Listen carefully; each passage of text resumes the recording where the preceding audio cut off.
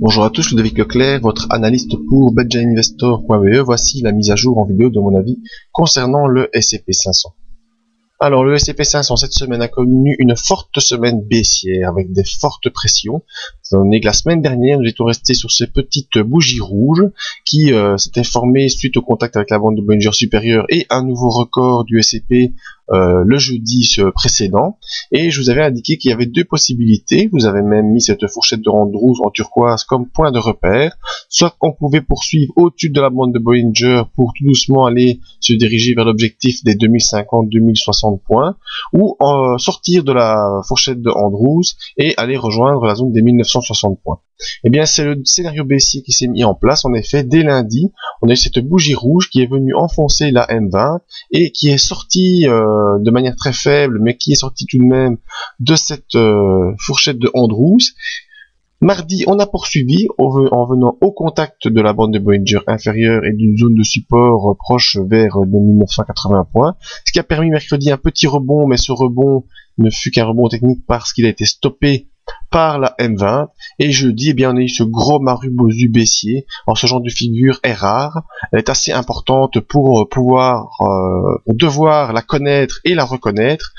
C'est vraiment un chandelier puissant qui marque une inversion de tendance, ou en tout cas une tendance très forte qui se met en place.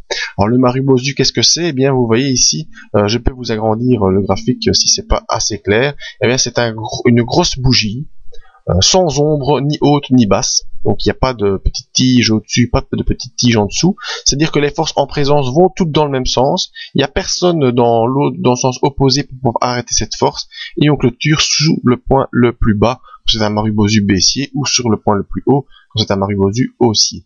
Le lendemain, on a une réaction, souvent une réaction haussière, donc une réaction qui va dans l'autre sens, mais qui en général s'arrête aux 50% du Marubozu qui a eu lieu. Et c'est ce qui s'est passé donc ce vendredi. On a eu cette bougie verte qui nous ramène sur les 1982 points, mais qui n'est qu'une bougie simplement de rachat par rapport aux grosses forces en présence qui se sont tous mis dans le même sens jeudi.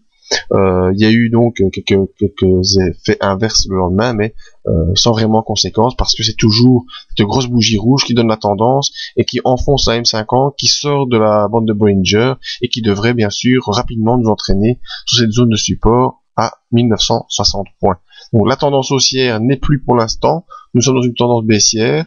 Je peux vous remettre là une fourchette de rouge parce que c'est le genre de chose qu'on m'a demandé.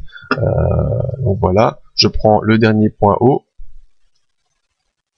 Je prends toujours moi les points de clôture, ou l'ouverture, en tout cas les débuts de chandelier.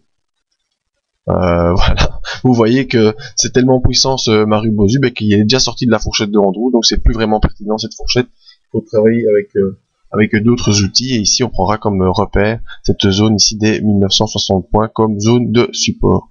Au niveau des indicateurs, eh bien on voit le MACD qui a fait un non-croisement, donc c'est aussi très important à pouvoir repérer et à pouvoir voir. Le non-croisement haussier du MACD a entraîné derrière ça une grosse accélération baissière.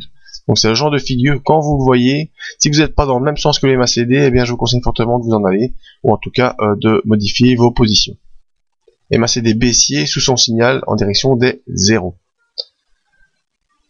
Le RSI qui montre la force de l'impulsion descend de plus en plus. Pour l'instant, reste dans la zone neutre, même s'il est dans la zone inférieure de cette zone neutre. On est à 48, ce qui est proche du neutre parfait, c'est-à-dire du 50, et pas vraiment encore de forte pression baissière qui se met en place sur l'impulsion qui tente à prendre forme. Donc impulsion baissière, avec ici un premier objectif baissier vers les 1960, et si ça se poursuit, mais on pourra aussi aller rejoindre les 1920 points si on passe sous les 1960. Donc mon sentiment pour l'instant sur le S&P 500 est plutôt un sentiment baissier, avec une accélération baissière qui pourrait se faire sous les 1960 points.